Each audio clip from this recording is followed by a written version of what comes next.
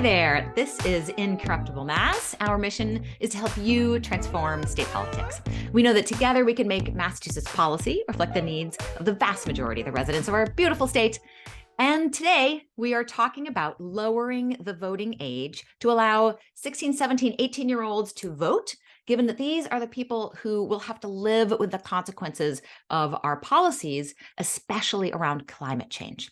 So today we have an exciting guest that I will introduce in just one second. But before I do, we will go ahead and introduce my two illustrious co-hosts. I will begin with Jonathan. Just unmuting myself, Jonathan Cohn, he, him, his, joining from Boston and have had closing on a decade of kind of work, kind of volunteering and professionally with issuing electoral campaigns here in Massachusetts. And Jordan. Jordan Burke Powers, he, him, and I once was a young voter, but I no longer am. Young at heart. You're a young at heart voter. Mm-hmm. Anna Callahan, she, her, coming at you from Medford. And I'm going to introduce our special guest. So this is David Seaton, who, and did I pronounce that correctly? Yes. Wonderful. Who's a resident of West Newbury and a junior at Ipswich High School. He has been involved in politics for years and has worked on over 30 Democratic campaigns. That is really saying something. This year, he led the campaign for the Empower Act in Ipswich, which lowers the voting age in in-town elections, in townwide elections, to 16. So, David, give us a little bit of information, just about you yourself, and then also about the bill. Yeah, so thank you for introducing me.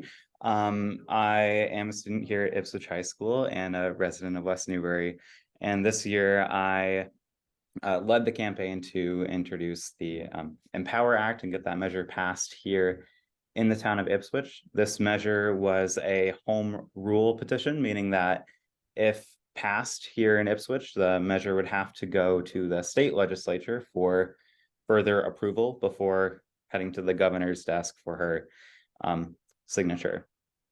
So throughout this process, I made a petition. I got 20 of my fellow Ipswich residents to sign on, and that was largely comprising of students and teachers here at Ipswich High School. And then I brought it to the select board, the finance committee, and the school committee before going to the floor of town meeting and arguing for this measure. And did it pass? Unfortunately, it did not. With around a 2/3 majority, it was voted down, unfortunately. But the thing that I take away from town meeting was that I got a large number of my fellow students, especially in the government courses here at Ipswich High School, to turn out and participate in their first ever town meeting. And getting young people to participate in the local political process was why I started this campaign in the first place. So that was a positive result for the negative vote. It reminds me of the fact that when one of the arguments that you probably heard was about how kind of 16 and 17-year-olds aren't informed enough about local elections. And it's like, there are 16 and 17-year-olds asking you to allow them to vote. So clearly there is a basis of 16 and 17-year-olds with a solid foundation of knowledge going into these elections. And David, I want to ask you also a little bit about the sort of bill itself, right? So this home rule petition, is this like 100 pages of legalese? Is this like what exactly is in a bill that allows, 16, 17, 18-year-olds to vote? Yeah, it's not long. It was 1 page at the most. Most of these petitions are very very short. The town gives you a template, and I filled it out. So yeah, it was pretty reasonable. I would say anyone could write this piece of legislation. Yeah. And of course, there are many states where if a town or a city passes legislation like this to allow more people to vote. And there are a variety of different sort of ways that a town can invite more people to vote, not just youth vote. But there are states where if a town passes that, then it would immediately become the law. But in Massachusetts, it has to go through this thing that you mentioned called Home Rule Petition, which means that even though your democratically elected local elected officials have in fact passed it, right? Not in your case, but in other cities in Massachusetts, even though your local democratically elected officials have passed a law, it cannot be passed because the state prevents it from being passed. So that's true in Massachusetts. Oh, it looks like I've been asking folks here for the list of cities in Massachusetts that have passed this kind of bill. And Jonathan, do you want to let us know which cities have in fact passed it? Yeah, so that would be Ashfield, Boston, Brookline, Cambridge, Concord, Lowell, Northampton, Shelburne, Somerville, and Wendell have all filed home rule petitions in the past. I believe Boston's was, if not the most recent, one of the most recent, kind of happening, like kind of that had been spearheaded locally on the council by City Councilor Julia Mejia and then former City Councilor Kenzie Bach. The one thing I was going to note as well when you're talking about the home rule process is that this ends up, when one of these get to the legislature, it hits up so many different kind of fail points built in to create inertia. Because with the home rule process, you both have a system that a lot of state legislators like because it gives them something that they can either tout if they have their home rule that they get through, or at the very least makes them the necessary go-between between the municipalities in their district and anything that they want to have happen at the legislature. And especially considering that local electeds are often a basis of possible people to run against state legislators, having that leverage over them is attractive to legislators. But then in that you have them juggling multiple bills, including home rules that have to live through them, as well as all of the bottlenecks that we've talked about because of over centralization in the legislature. And it just slows all of these down even if they don't face opposition, but especially when they do. Okay, I have two questions. Have any of these home rule petitions been approved by the state? No. I see a lot of shaking heads. So yeah, it's what? 1, 2, 3, 4, 5, 6, 7, 8, 9, 10. We got 10 cities in Massachusetts that have passed this. 0 have been approved by the state. Okay. And then my other question is, so I'm always trying to understand, and I want our listeners to understand what exactly has to go through a home rule petition. So in general, it's cities are forbidden from raising any new taxes, which is crazy, right? So that's one thing that's forbidden and has to go to the state. The other thing that's forbidden is affecting civil relationships, which includes things like employers and employees, landlords and tenants. So I'm going to ask Jordan and Jonathan and David, if you know as well, what exactly does this voting age thing, what about it cannot be passed at the local level? Why is this one of the things that needs a home rule petition?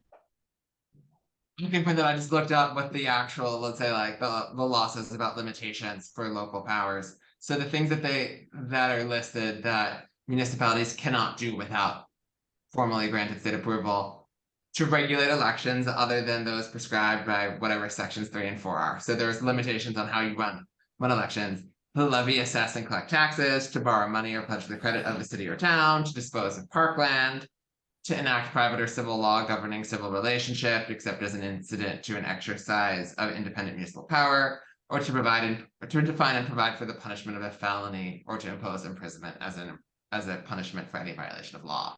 So it's the first one there about how municipalities are limited in how they can regulate elections. But it's a wild list to look at about how, particularly when it comes to levying, assessing, and collecting taxes, as well as how broadly defined civil relationships are that make it very difficult to do a lot of governance if you can't regulate the landlord-tenant relationship or the employer-employee relationship without possibly being accused of overstepping local powers. Absolutely. Jordan. Yeah, I just want to talk about like where it has passed in the country, like what positive it's had. So Tacoma Park, Maryland, passed in 2013, and Mhm. there was a huge increase in young people's participation and young people voting and a part of it. And so, there's been a lot of sort of wringing of hands and worry about the sort of lower participation in local elections, especially as the media has been gobbled up by corporations and they've stopped covering local elections and any sort of local politics of any sort. And people are increasingly only, they're only told about the president and that's it. This is another measure to sort of strengthen our democracy. Like, I think that's the only way to really understand it and think about it, is that when you allow people to participate, when you increase the franchise to people who would like a say, they participate, and thus reaffirming some of these things and creating habits that are lifelong habits around voting, that also increases interest, and so therefore increases who's talking about it, who's participating.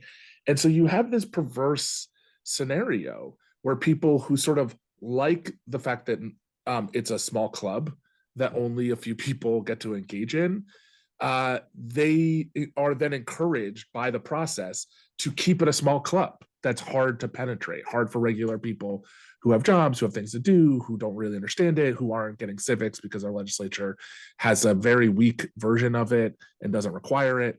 Um, like those things just sort of drops to the wayside. So we have seen, for people who are like, yeah, but what will it do? Like, are they actually going to vote? In Tacoma, Maryland, you could see it actually had a good increase in both attention to local elections and also increase in young people's participation, even above the 16-year-olds, right? Like, when you open it up like that, it just sort of encourages young folks to get involved. Yeah. And I want to go ahead and have David chime in a little bit on what are the broader reasons why it's important to let 16, 17, 18-year-olds vote. Yeah, so I definitely agree with Jordan. This is a major step in strengthening our democracy, something that Massachusetts claims to stand for. And I believe that this is necessary here in Ipswich personally, because out of the roughly 11,000 registered voters here in town, only a few hundred vote in local elections. And we desperately need to increase those numbers if we're going to have a real representative government locally. And I think that throughout this process, when I brought up those numbers, there was often a question of, well, wouldn't young people, if they were granted the right to vote, wouldn't they have an outsized impact on the policies, being put into place in town? Like, wouldn't they just raise taxes out of control because they don't bear the brunt of property taxes or something? The least I can say is I disagree with that. But we're going to come back to the property taxes thing Yeah. at the end. Don't worry. We're going to talk about that. But I think the most important thing is that we have to get more people involved. We can't have a few hundred people deciding the future of a town for 11,000 eligible citizens. It's not how it's not good democracy. Yeah, it's not good democracy. Does is for your town, is it representative town meeting or open town meeting?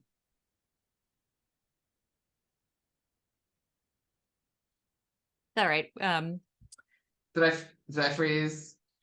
No, you're okay. Oh, you're okay. We can look that yeah, up. I was just asking if is whether you have open town meeting or a representative town meeting. We can look it up for Ipswich. I believe we have an open town meeting. Okay. Which is like, because open town meeting like just even exacerbates a lot of that when it's just like whoever just happens to have the time to show up to this event, which typically will end up being older property owners. Yeah, an event, may I add, that's also on a Tuesday night at 7:30, and this year went to 1 o'clock in the morning. Yeah. What working family is going to be able to show up to that? Yeah. Exactly. And Jonathan, you had said something really that I loved about how I'm going to let you jump in. It's about how high school students versus college students. And Yeah. why the age of 16 is so important. Yeah, it's one thing that I remember seeing before that I thought was an especially sharp argument in favor of having 16 and 17-year-olds be able to vote in local elections is how much the first experience voting will have an impact later on. And if you think about that, for many people who are, let's say, if you're many 18-year-olds are going to be away at college, either attending college or away at college for their first election. That's when they are separated from the community that they had grown up for many years. They are probably having to vote by mail for their first time voting. I know that my first election was in 2006. I did not vote in person until 2012. And so that you have those different forces of, let's say, of separation that will make it very difficult to get into a good habit of voting if you're choosing to stay registered at home rather than registering at a college, and many people would prefer to be registered back at home. Rather than when you're still large and in high school, the polling location might be your elementary school or your high school or your middle school. It's a place that you know in the community that you frequented many times before. It's something that if you go by yourself after a school day, if you go whenever your parents are owner, it's easier to build in and clearer to build into a schedule. You're more likely to have been hearing about the different things going on in the election by virtue of being there. So studies have shown that you just see higher voting rates coming out of the 16 and 17-year-olds than 18-year-olds, and higher voting rates then will lead to higher voting rates later on because you're creating good voting experiences from the start. Absolutely. Super important. I just want to highlight something that David said that really struck me, I think is important, because it's just sort of like these complain about the unwashed masses, maybe voting. And so I just want to say that, like, if you want to talk about why we should have limits, like, it should be on older people. Like, you're piecing out. Why do you get a say, right? Like, I mean, why are, if young people feel like we need to raise taxes to pay for things locally, then, like, we should be asking the question, why aren't we doing it? Not dismissing it outrightly. Like, I want what young people hold. There's a lot of moral clarity that young people provide for us. It's why all movements that have been successful have been led by young people, including the American Revolution, which was all a bunch of young kids. We think of it as like old wise men, but it wasn't. It was a bunch of young kids. And so I just think it's important that we sit with that, and really think about, really push back on the opposite way. That a lot of there's a bunch of studies about this, but as you get older, you lose your moral clarity because life is gray, and you start to see the gray, and you start to lose your ability to, you sort of make excuses, you sort of see things, well, it could be this, could be that, and there's all these things that happen in life, and there's a real importance that young people provide for us for really clarifying what is wrong and is not right. If you ever hang out with a 5-year-old, they can tell you immediately, like, they will with precision give you a real sense of, like, are you living up to your values, right? My daughter regularly checks me to be like, but I thought we believed in this thing. What do you mean? Like, and not in this case, not right now, right? Like, they do that all the time. They have there's a moral clarity. And so I just want to push back on that, because we allow these really stupid ideas to just linger because they benefit people. But I just want to say that that's not the case. That actually, I don't think we should, to be clear, I don't think we should limit older people from voting. But you would have a more clear moral argument to limit it upward bound, right? To say that if you get to a certain age, you can't vote, then you could make the case that lowering it to 16 is a problem. Go ahead. Yeah, so I just want to say that like we accept that as a truth, that, like, actually older people should vote, but actually older people, right? Like, we could make the case that actually it's the opposite, right? Like that less at stake, right? That we should make clear that, like, young people have a clarity of vision. They have we are asking them to invest, right? We want people to invest in our communities. These are people who we want to invest. Young people are going to inherit all of these things and all of our problems and all of our decisions. So we should be taking guidance from young folks. We should be welcoming young people into the process and thinking really critically.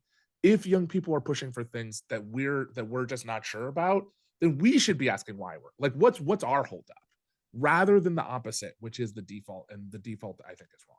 Yeah, and I'll just Yeah, throw and in one tiny little extra thing, which is in terms of the unwashed masses, right, voting, that there are also studies that show that above like a certain amount, like above sort of normal middle income, whatever, the more wealth you own, the less empathy you have, right? And so there is a real thing, what you're saying about like older versus younger, and another toward like owning a lot of wealth and stuff versus, you know, people who don't have a lot, they tend to have a lot of empathy for other people who don't have a lot. And so it gives you a different perspective.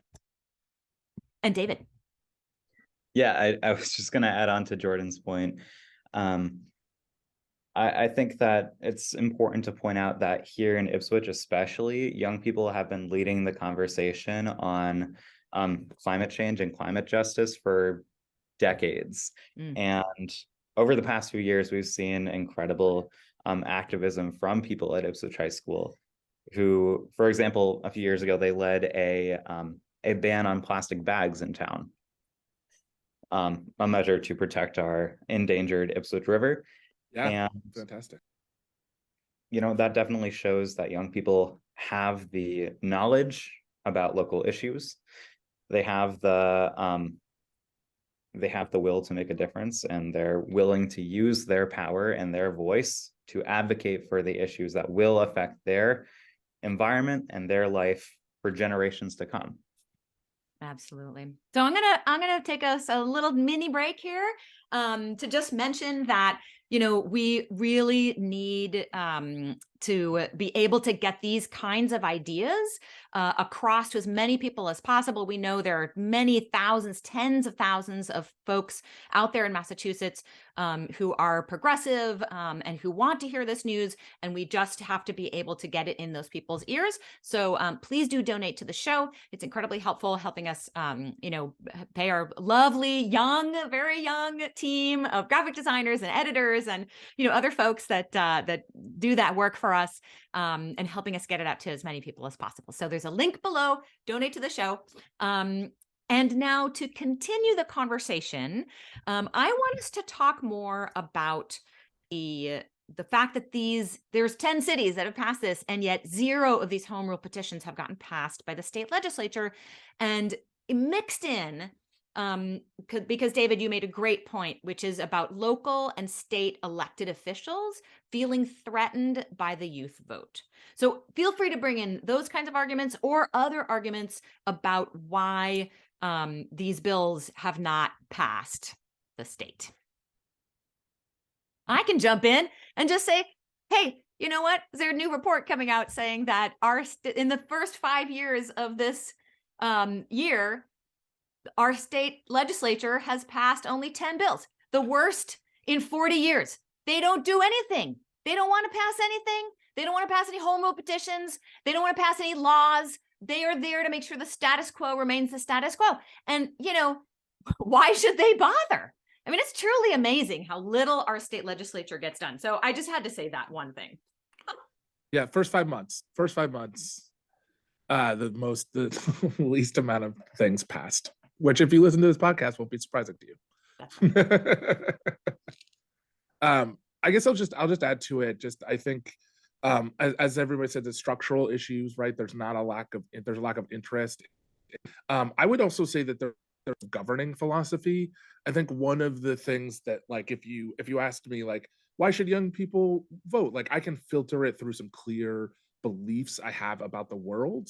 One, in democracy, small d democracy, I believe in it to my core. I actually think we benefit from having people's opinions in it. I know that sounds funny to say out loud, but I actually think that when you run up, because people do have this idea that, like, oh, what if they have opinions I don't like, or what if they have what if they're just not as educated as they could be in the issues? And I trust people. I genuinely trust that if we allow people to have conversations with each other, especially in towns, right? Like, I think no better place to make sure that we're increasing franchise than in the local list of elections, where people see each other, are invested in each other, live in a certain particular small area, which we do in Massachusetts, right? Our localities are very local. We have 351 towns spattered across a whole state, right? So it's really local.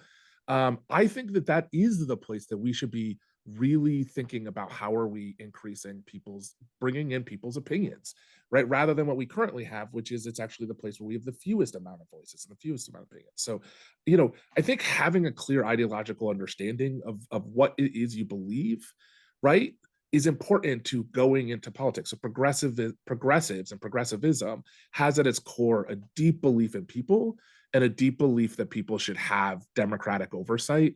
Some of the most important changes, like electing your senators as opposed to having state legislature do it, having direct petitions, right? The states allowing you to have direct oversight over your legislature. Those are all progressive changes. Those were fights that had to happen that we won as progressives. And so those are governing philosophies. And most of our legislature, their only philosophy is winning. They want to be in power. They want to be in the next election. They don't believe anything. They don't have core values for the most part. Most of them don't.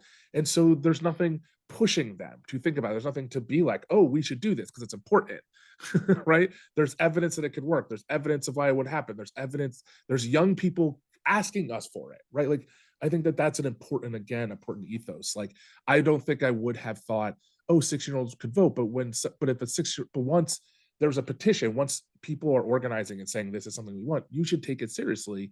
And I think in this case, you filter it through some belief systems and say, yeah, that makes sense. We should absolutely do that. And here are some benefits to our society. So I think that that's also another piece of why it gets held up. It's just there's lack of governing philosophy, lack of belief systems that oversee a lot of them. They just sort of like, no, I don't know, this is, they just sort of, there's whatever. It's how they legislate.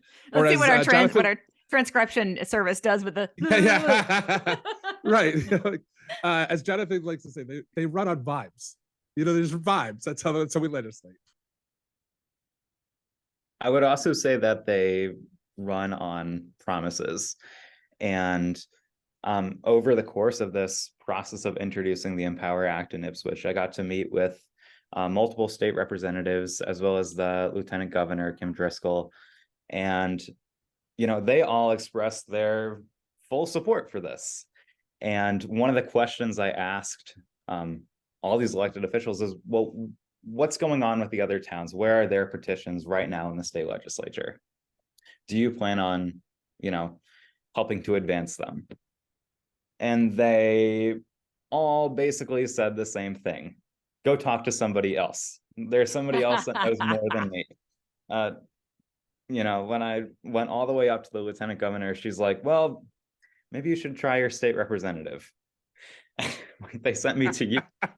That's an SEP, somebody else's problem. Yep.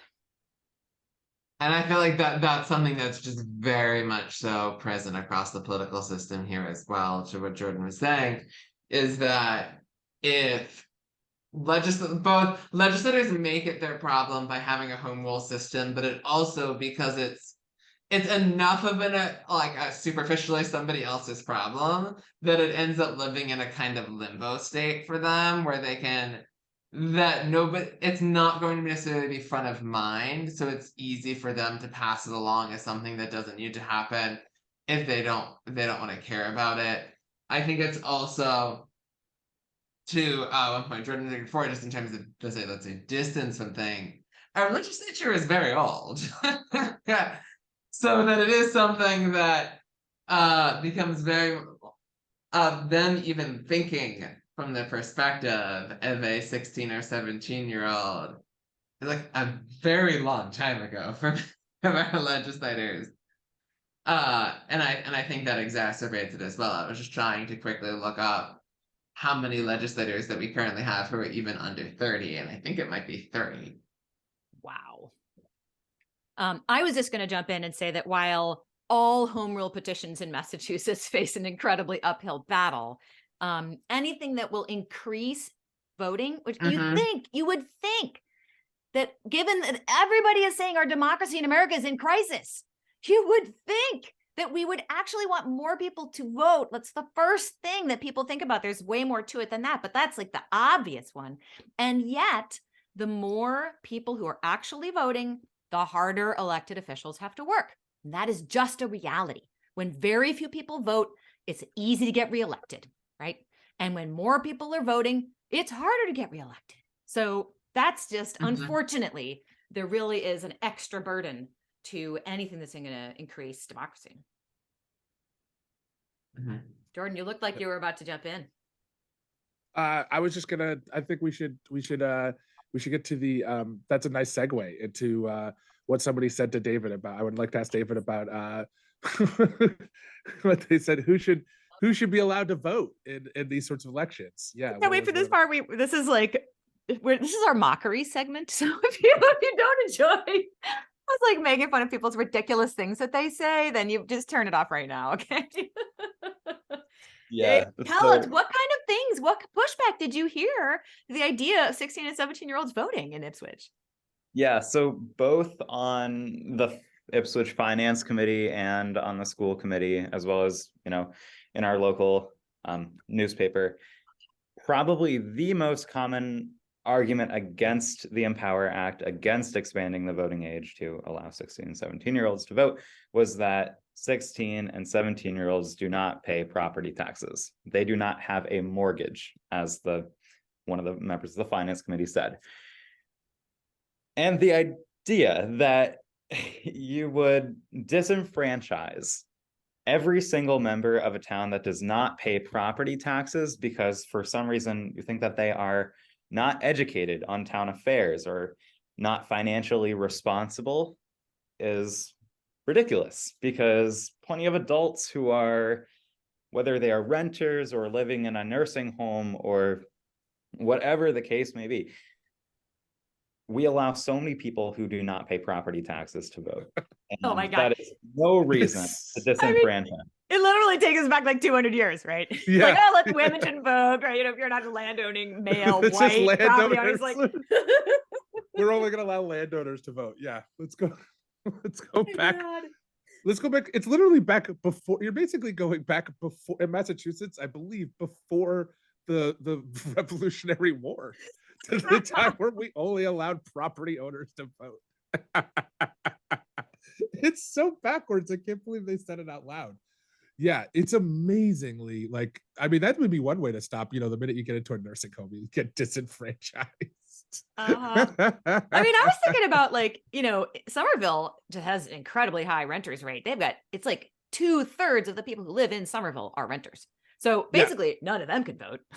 and as you pointed out rightly, Anna, like in my neighborhood, for example, I'm one of the few houses where I live, where I own where I live. Like also that you're just enfranchising people who like don't live here and never come around here and are the worst people, right? Like my slumlord across the street gets to vote, but the people who live here don't. Like slumlord who lives in New York State, he gets to vote here in like some town in Massachusetts.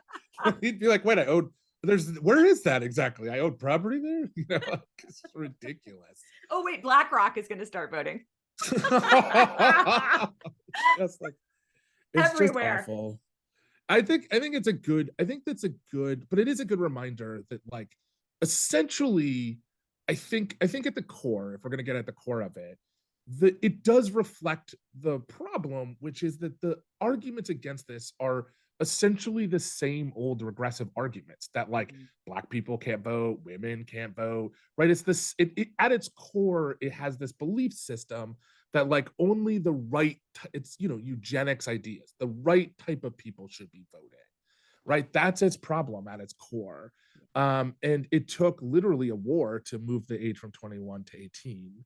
And so I think that's, it really is this weird thing that we do. And that's why I think it's really important that we turn it on its head and remind people that actually young people have a lot of care and moral clarity. Sorry, David, go ahead. Yeah, and it's important to just point out who are the property owners. They are white people, largely, and they are men.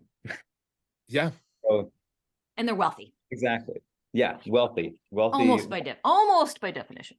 Yes. And I think, especially in Ipswich, we have a town that is changing. It is getting more diverse. It is getting, we have a massive immigrant community that is growing by the year, which is amazing. But we have to acknowledge that not a single person in our town government here in Ipswich is a person of color. They're all white. Mhm. I just want to say, yeah, and I thank you for raising that issue. And I just want to say again that like immigrants are the reason that we didn't lose a congressional seat. They are the backbone of our economy here in Massachusetts. Ipswich, like many towns in Massachusetts, would be struggling for survival were it not for people wanting and choosing to live in our wonderful state and wanting to live in beautiful towns like Ipswich, Ipswich is beautiful, right? Like choosing that rather than looking down on people who have traveled and decided that this is a place that is wonderful and worthy of their investment of time. Instead of looking down on it, we could embrace it and encourage it and try to figure out how do we get more of those folks, or at least their kids, into And the also, system to that's engage in that place. It's another way that some towns and cities in Massachusetts are increasing democracy is by allowing immigrants to vote in town and city elections. Yep, exactly. So these are all things, rather than looking at them suspiciously and worry and all of these other things, we should be looking at them like, congratulations, you've made it. Like, I can't tell you, I always say, like, if you want to, so just to give you an example, the other last Sunday, not this past Sunday, the Sunday before, I heard the Pledge of Allegiance and America the Beautiful all day because somebody in my neighborhood was practicing for their exam because they love America, right? And they're immigrants. They're all immigrants in my neighborhood, right? And like, it just is mind blowing to me that people look at this as like danger and worry and everything. Like, you should see the excitement on their faces that they're at this point where they get to take this test and maybe become Americans. And like, if that's not infectious to you, if it doesn't, like, at least for a little stir, like, oh, like, this is really exciting. And like, just open yourself up to those things. Like, open yourself up to a young person who wants to and cares about their town so much that they want to get involved. If that doesn't get you excited, like, think about all that energy and all that things that we could be encouraging to bring in. Like, it should be something we welcome as just a way to enliven our towns, our cities, our democracies, and ourselves. Like, instead of just being suspicious and be like, no, we can't do this, it's too much. Like, these are real opportunities. Absolutely. Also, it's always jarring because you do have so many people, and I'm sure many of the people who voted against this are among those who will scold young people for not voting in elections. And if there is an opportunity to blame the lack of young people voting for an election for the outcome of that election, they will do so. And then when young people said, can you allow us to vote? Like, can you allow more of us to vote? And the answer is no, how dare you?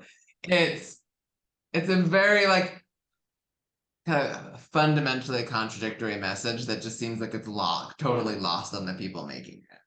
Yeah. David, thank you so much. It has been wonderful talking to you about getting young people to vote. Yeah, thank you so much for having me. I just want to say one last thing. In just a few short years, whether we like it or not, the 16 and 17-year-olds of Ipswich will be able to vote, whether the voting age is lowered or not. And we will remember this and we will continue our activism into the future. And I just want to say to the leaders who are in support of this or opposed to it, if you want to make young people as responsible as possible with policy and government, then giving us voting rights is a great place to start. And you can participate by donating, by calling voters, through all sorts of avenues, but there is absolutely no substitute for voting. And that's where I'm going to leave it. Thank you so much. Wonderful to have you. Thanks to everybody, and thanks to everyone who is listening. Phoenix, Jordan is calling out his t-shirt. For Brittany Griner. Welcome home, Brittany Griner. Oh. Wonderful. Thanks so much to everyone, and we will talk with you all next week.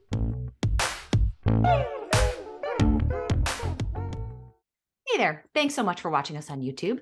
Please like and subscribe. And it would be amazing if you would also subscribe to us on your favorite podcast player. Just look for Incorruptible Massachusetts wherever you listen to podcasts. Thanks so much.